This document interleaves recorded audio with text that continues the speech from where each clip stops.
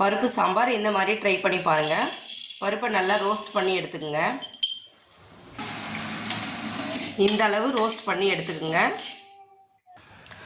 சூடு ஆறுனதும் பருப்பை நல்லா கழுவி எடுத்துக்கோங்க.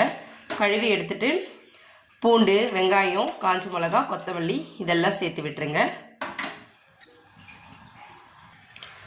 ஒரு 1/4 டீஸ்பூன் மஞ்சத்தூள் ஆட் பண்ணிக்கோங்க. தக்காளி பழம் பெரிய சைஸு ஒரு 3 தக்காளி பழத்துக்கு மேலே ஆட் பண்ணுங்கள். சேர்த்துட்டு எல்லாத்தையும் ஒரு 5-6 விசில் விட்டு எடுத்துருங்க. விசில் போனதும் இப்படி கடைஞ்சி எடுத்துக்கோங்க. தாளிப்புக்கு எண்ணெய், கடுகு, சீரகம், வெங்காயம், கருவேப்பிலை சேர்த்து வதக்கி விட்டுருங்க. ஃபைனலாக வடகம் சேர்த்து விட்டுருங்க. இப்போது இந்த தாளிப்பை இதில் கொட்டி விட்டுருங்க. கொட்டி ஒரு 5 to 10 மினிட்ஸ் கொதிக்க விட்டுருங்க. சாம்பார் ரெடி ஆகிடும். 10 நிமிஷம் கொதிச்சதுக்கப்புறம் இந்த கன்சிஸ்டன்சியில் இருக்கும். ரொம்ப நல்லாயிருக்கும். ட்ரை பண்ணி பாருங்கள். டேஸ்ட்டாக இருக்கும். தேங்க்யூ.